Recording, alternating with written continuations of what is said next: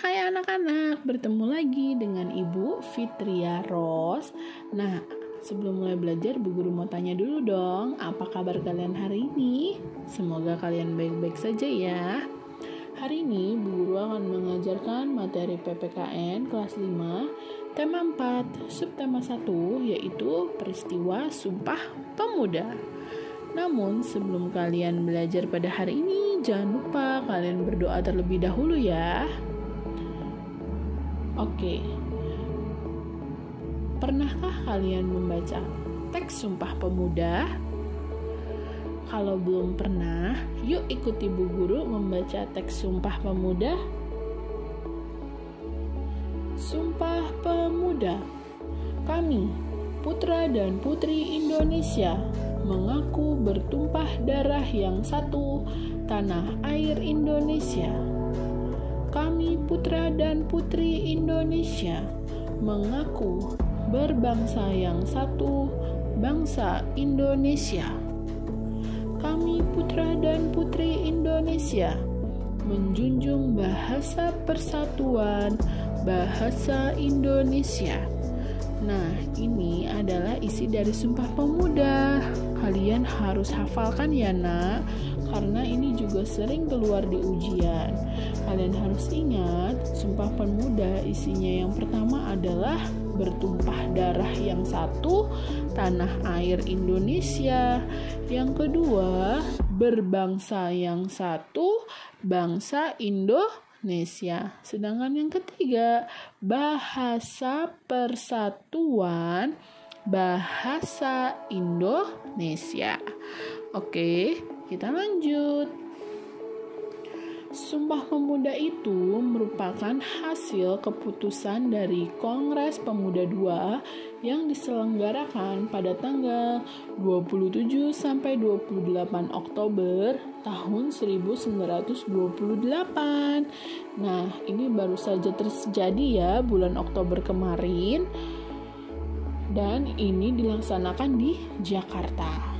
Kongres tersebut dihadiri oleh 750 orang wakil dari berbagai organisasi kepemudaan yang berasal dari semua suku di Indonesia. Sumpah Pemuda merupakan dasar untuk membangkitkan rasa persatuan dan kesatuan seluruh pemuda di Indonesia nih anak-anak. Nah, dalam Kongres Pemuda II ini, pertama kalinya lagu ciptaan Wage Rudolf Supratman, yaitu lagu Indonesia Raya, dikumandangkan. Bendera merah putih pun juga dikibarkan mengiringi lagu tersebut. Maka, kenapa setiap ada acara yang resmi, kita sebelum memulai acara harus menyanyikan lagu Indonesia Raya? Ini karena berkaca pada acara Sumpah Pemuda ini. Lalu, manfaat peristiwa Sumpah Pemuda itu apa aja sih? Yang pertama adalah mempererat persaudaraan. Yang kedua, mewujudkan kerukunan. Yang ketiga, menumbuhkan semangat bekerja keras. Dan yang keempat, semangat untuk bergotong royong dalam membangun bangsa. Oke. Nah, organisasi-organisasi dalam Pergerakan Nasional dan Sumpah Pemuda. Jadi apa aja sih organisasi yang ada pada Sumpah Pemuda ini? Ini adalah sejarah sebelum peristiwa Sumpah Pemuda ya. Jadi yang pertama itu adalah organisasi Budi Utomo. Berdirinya itu pada 20 Mei tahun 1908. Pendirinya itu adalah Dr. Wahidin Sudirohusodo dibantu oleh temannya Sutomo. Nah, ini adalah Dr. Wahidin Sudirohusodo dan ini adalah Sutomo. Tujuannya untuk mengembangkan pendidikan dan kebudayaan serta meningkatkan ekonomi. Lanjut, organisasi yang kedua adalah organisasi Sarekat Islam. Berdirinya pada 10 September tahun 1912 yang sebelumnya bernama Sarekat Dagang Islam, lalu diganti menjadi Sarekat Islam. Pendirinya adalah Haji Saman Hudi, beliau orangnya. Tujuannya untuk memajukan perdagangan, membantu pengajaran, memperbaiki pendapat yang keliru mengenai agama Islam. Nah, yang ketiga adalah Indici Party. Ini sangat terkenal banget. Berdirinya pada 25 Desember tahun 1912. Pendirinya itu ada 3 orang. Dia disebut 3 serangkai. Ingat-ingat ya, 3 serangkai. Siapa saja dia? Yang pertama ada Douwe Dekker. Dia ini keturunan orang luar negeri loh, anak-anak, tapi mau membangun Indonesia. Lalu ada Ki Hajar Dewantara dan ada Cipto Mangunkusumo. Nah, inilah 3 serangkainya itu, 3 orang ini. Nah, apa sih tujuannya? Tujuannya itu adalah untuk menuntut kemerdekaan Indonesia dan mengembangkan semangat persatuan dan cinta tanah air. Nah, organisasi inilah yang membuat tercetusnya Sumpah Pemuda. Nah, bagaimana sih upaya kita mempertahankan persatuan dan kesatuan bangsa Indonesia? Berikut ada cara-caranya nih anak-anak. Yang pertama, kita itu harus saling menghormati dan menghargai. Ya, kita harus menghargai orang yang di bawah kita atau sama dengan kita. Namun kita harus menghormati orang yang lebih tua dari kita. Lalu yang kedua, menghargai hak dan kewajiban antar anggota masyarakat. Kita harus menghargai nih, hak dia apa, kewajiban dia apa. Sama seperti Bu Guru. Bu Guru menghargai hak kalian, yaitu mendapatkan ilmu. Berarti Bu Guru sudah menghargai hak kalian, makanya Bu Guru bikinkan video pembelajaran. Kalian juga harusnya menghargai kewajiban kalian, yaitu belajar. Sudah diberikan video tapi tidak untuk belajar, itu sama saja bohong. Ilmunya tidak sampai ke kalian. Nah, yang ketiga, bergotong royong melakukan berbagai kegiatan. Nah, jadi manusia itu adalah makhluk sosial, anak-anak. Manusia itu tidak bisa hidup sendiri tanpa bantuan orang lain. Dia harus ada bantuan orang lain, walaupun hanya berbentuk semangat. Nah, bergotong royong ini adalah kegiatan yang mempertahankan persatuan dan kesatuan supaya kita tidak terpecah belah. Yang keempat, memiliki sikap peduli terhadap lingkungan sekitar. Nih, ini sekarang ini sikap peduli ini sudah mulai agak menurun nih anak-anak. Contohnya adalah ketika kalian melihat orang yang jatuh dari sepeda, kalian bukannya menolong, malah menertawakan. Itu tandanya kalian tidak peduli dengan orang itu. Kalian tidak boleh melakukan hal tersebut ya. Yang kelima, menghargai pendapat orang lain saat bermusyawarah. Bermusyawarah itu penting jika ada beberapa pendapat yang harus diambil salah satu yang paling terbaik, yaitu dengan cara bermusyawarah. Jika sudah banyak yang memilih pendapat itu, kalian yang pendapatnya tidak dipilih harus menghargai dan mengikuti.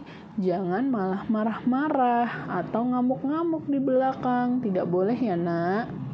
Nah, yang keenam, menolong tetangga yang mengalami musibah. Bukan hanya tetangga, menolong semua manusia yang terdapat musibah. Seperti misalnya sedang banjir. Kalian tidak banjir, tapi rumah teman kalian banjir. Kalian harus tolong mereka. Tidak usah dengan uang.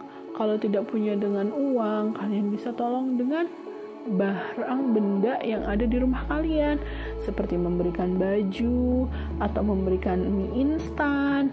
Itu sudah termasuk menolong, ya anak-anak. Dan yang ketujuh, memiliki rasa toleransi antar sesama.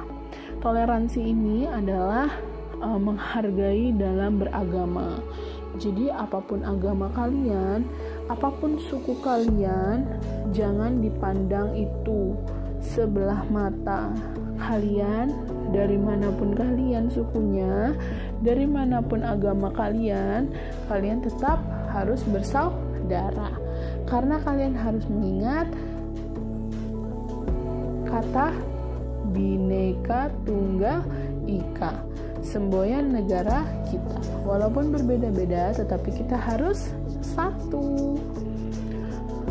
Nah, bagaimana sih usaha mempersatukan Negara Kesatuan Republik Indonesia yang disingkat dengan NKRI, Negara Kesatuan Republik Indonesia? Negara kesatuan itu adalah negara yang berdaulat, yaitu satu kesatuan. Kita itu negara kesatuan dari Sabang sampai Merauke. Berarti dari Sabang sampai Merauke itu adalah satu, jadi satu. Siapa yang memimpin? Yaitu pemerintah pusat, presiden. Dia memegang kekuasaan yang paling tinggi. Sedangkan pemerintah daerahnya seperti gubernur, wali kota, camat, lurah, RT, RW itu adalah pemerintah daerah yang hanya menjalankan. Nah, hal ini tuh udah dituangkan pada Undang-Undang Dasar tahun 1945 pasal 1 ayat 1, yaitu negara Indonesia ialah negara kesatuan yang berbentuk republik.